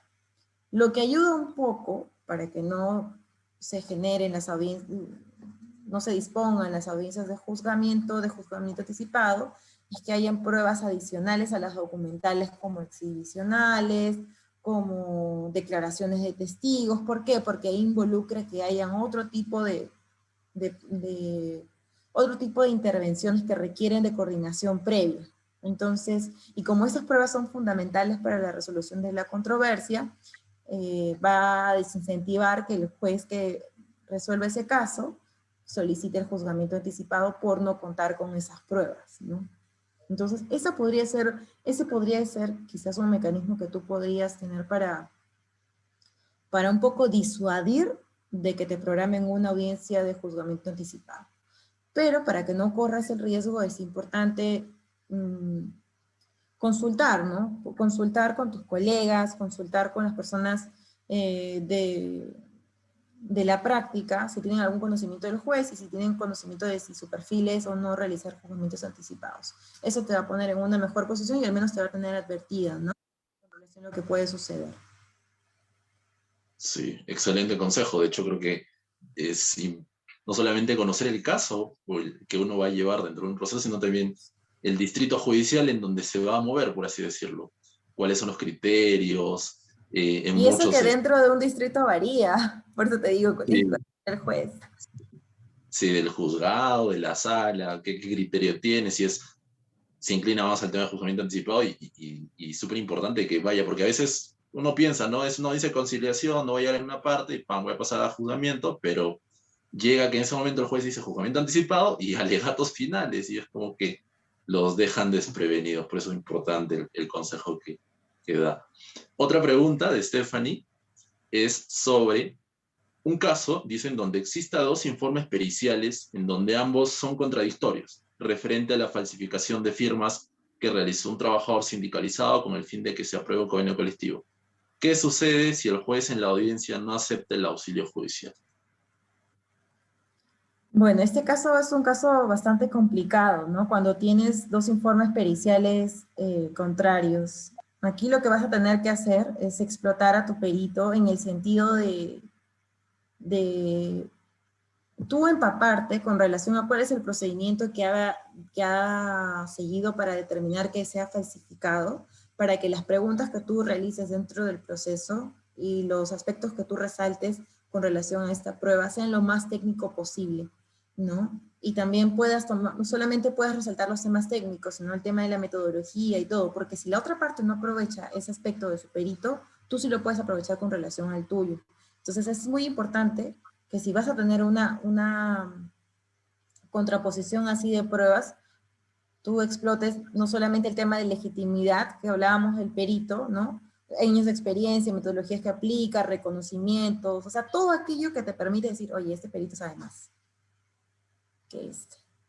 Y que esa idea quede en el juez, ¿no? Porque finalmente los dos son profesionales, los dos tienen sus metodologías, pero la idea es que tú puedas venderle al juez que tu perito es más conocedor. Sí, totalmente de acuerdo. El tema, y ahí implica mucho el tema de las técnicas de litigación, ¿verdad?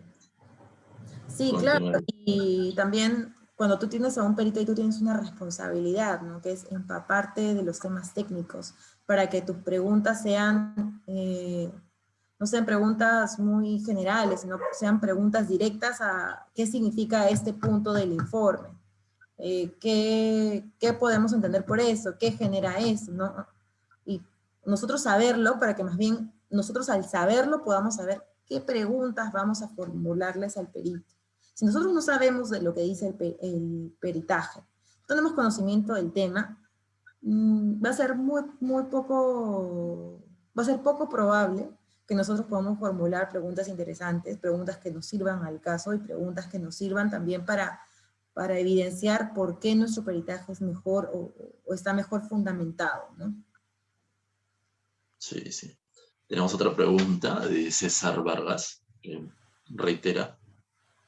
¿Se puede dar el caso de que en el proceso laboral el juez adelante opinión y cómo proceder de ser el caso? Mm, Adelante opinión, ¿en qué sentido? Por ejemplo, cuando ya al término de la audiencia emite su pronunciamiento, ¿a eso se referirá? No ha dejado ese extremo en cuanto a la pregunta, pero imagino, no sé, a ver, quizás refiere, y bueno, instamos a César a que pueda en todo caso especificar en la caja de comentarios.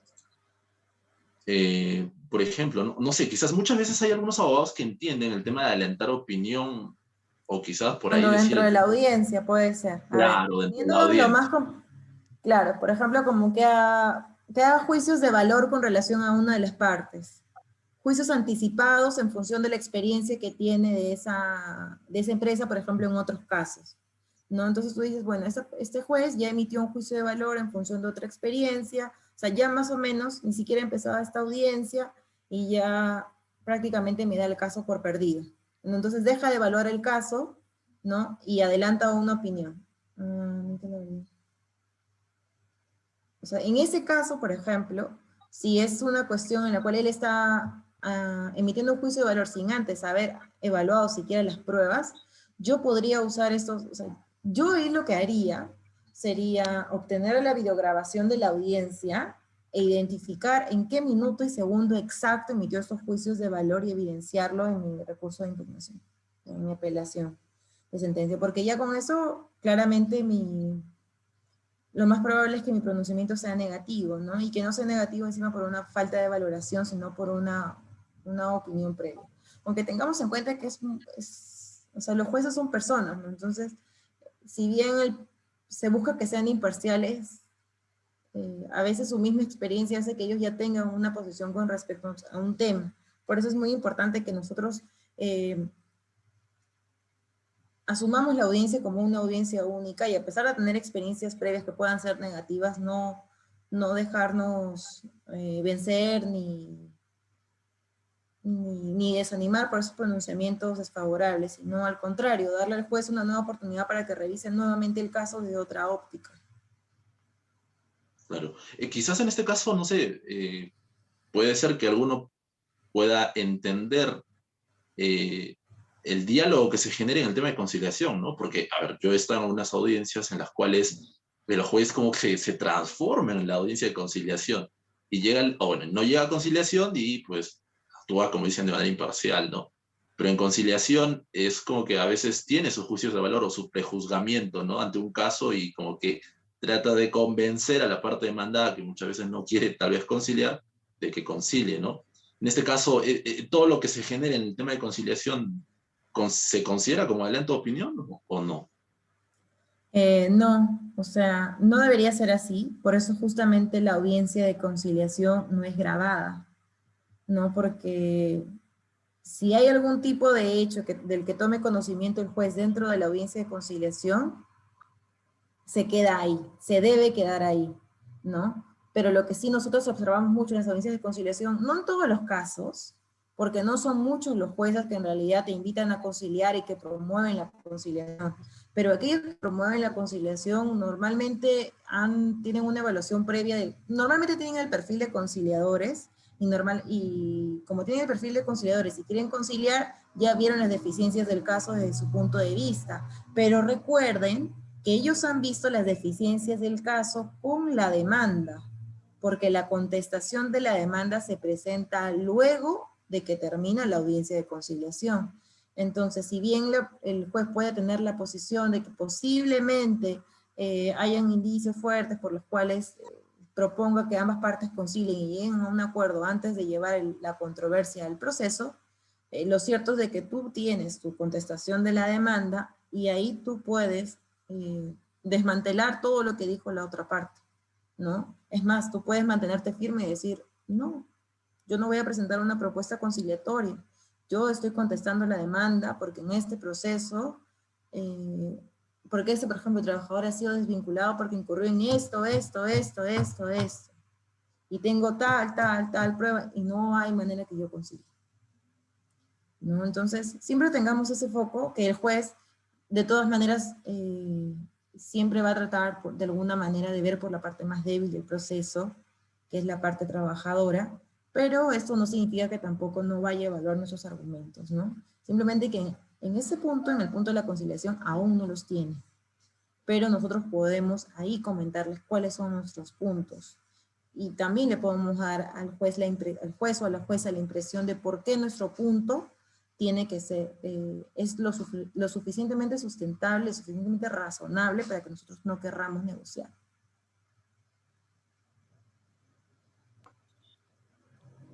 Tenemos otra pregunta de Marco Fernández y ya vamos terminando quizás con esta rueda de preguntas. Pregunta, ¿cómo se están resolviendo los juzgados laborales las demandas por nulidad de convenio arbitral?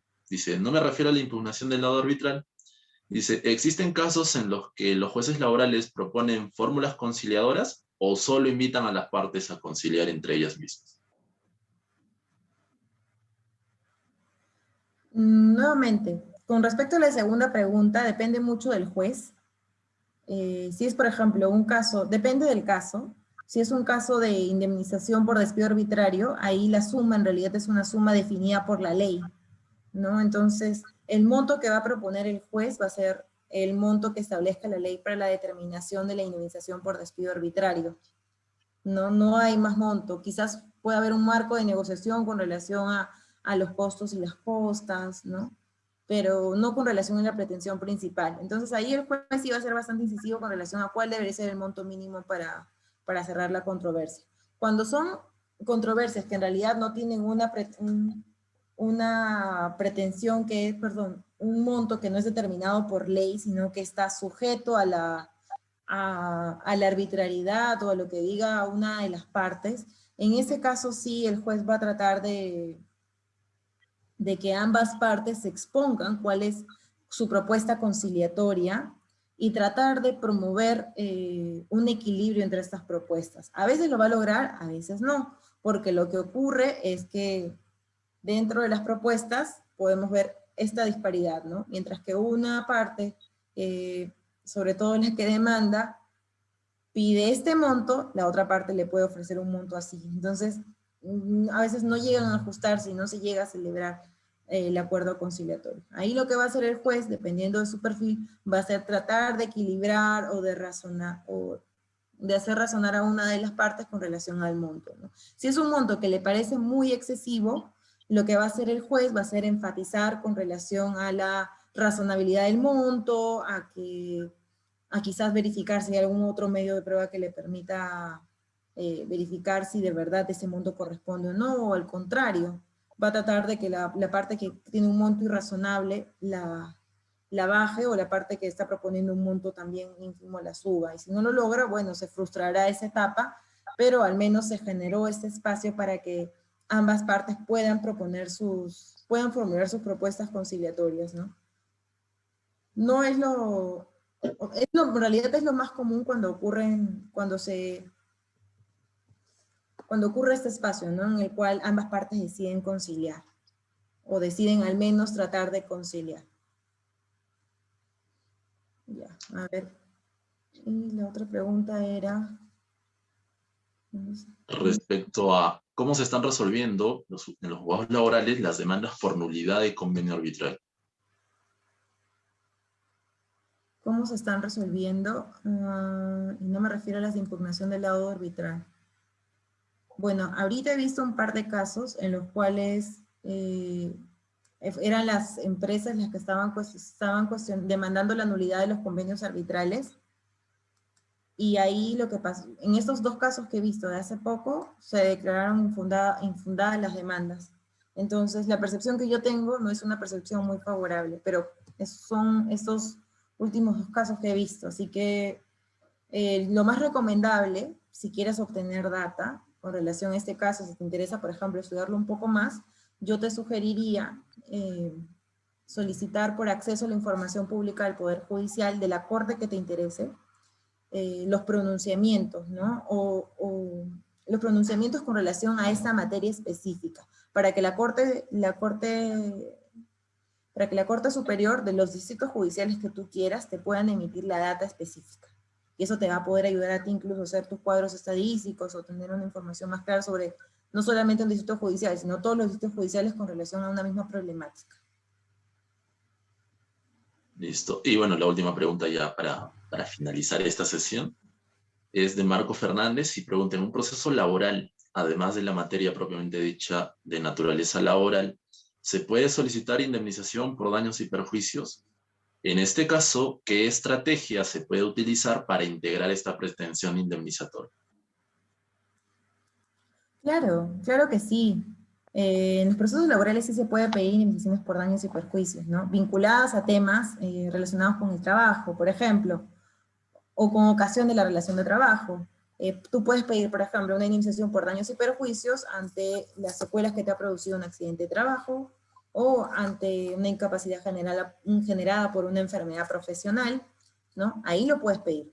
¿En qué otros aspectos puedes pedir? De acuerdo a los plenos jurisdiccionales supremos, también lo puedes pedir en caso de despido fraudulento, en caso de despido incausado, ¿no? Ahí también puedes solicitar tus demandas de indemnización por daños y perjuicios para que traten de indemnizar los daños patrimoniales o extrapatrimoniales generados por el supuesto despido lesivo de derechos. Entonces sí lo puedes solicitar en la medida que tengan relación con la relación de trabajo, o con los aspectos o con los daños que se generaron con ocasión de estos, ¿no? A la salud de los trabajadores, o por la extinción del vínculo por alguna de estas causas que he mencionado. Así es, y bueno, ahora con el tema del COVID está entrando una oleada masiva de demandas con estas pretensiones. Y es Sobre importante. todo, este punto va a ser más palpable con relación a los profesionales de la salud, porque en realidad los profesionales de la salud tienen el COVID como una enfermedad profesional reconocida, ¿no? Entonces ahí, por ejemplo, hay un tema hay una carga menos de la prueba, por así decirlo, porque es una enfermedad reconocida como enfermedad profesional para este grupo de trabajadores. Entonces, no tienes que agotar para acreditar si es o no una enfermedad que tú has adquirido, sino que por tus propias labores se reconoce que esta enfermedad la has adquirido la has adquirido con ocasión de tus actividades, ¿no? Así que sí, sí, se van a venir un montón de procesos con relación a al COVID. Así es. Bueno, acaban de emitirse una pregunta, no sé si otra línea desea absolverla por tema de tiempo, respecto al presidente Huatuco.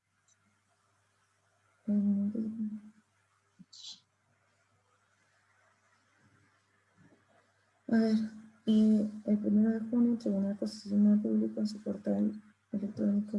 La pregunta es si este presidente de Huatuco, bueno, a su opinión, ¿constituye un avance, un retroceso en el reconocimiento de derechos constitucionales a los trabajadores del sector público?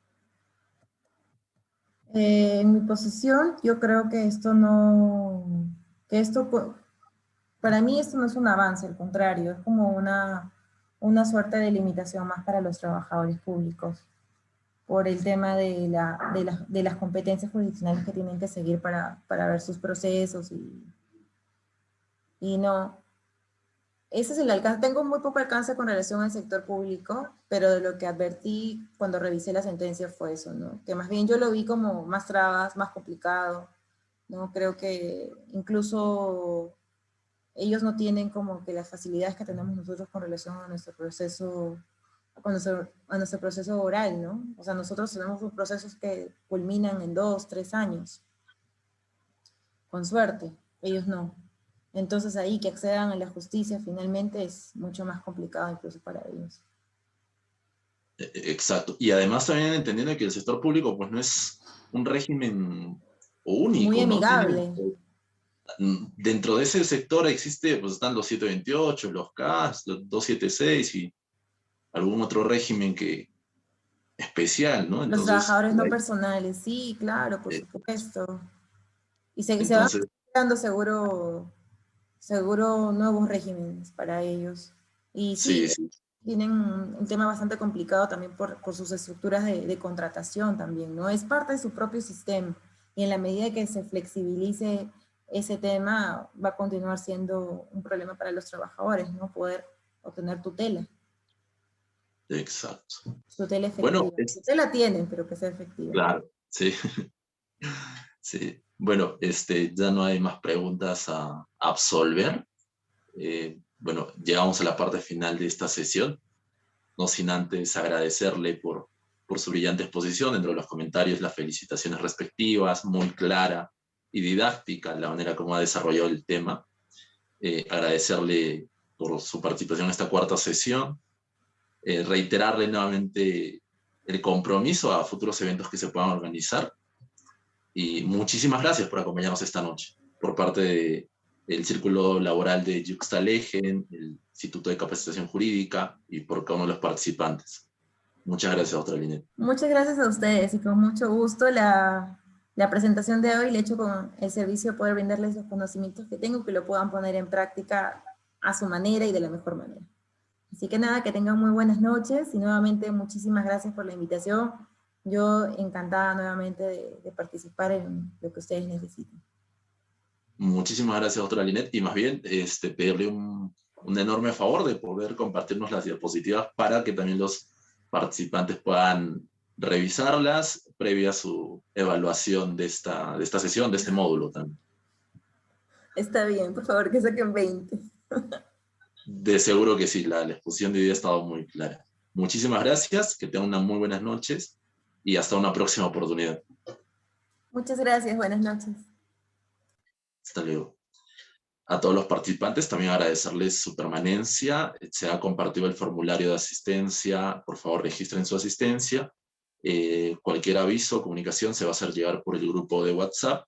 Las personas que no estén, se ha agregado durante el transcurso de esta sesión al grupo y por el mismo vamos a dar los alcances para el examen, la fecha y hora del mismo, así como las diapositivas de las sesiones. Esto sería todo.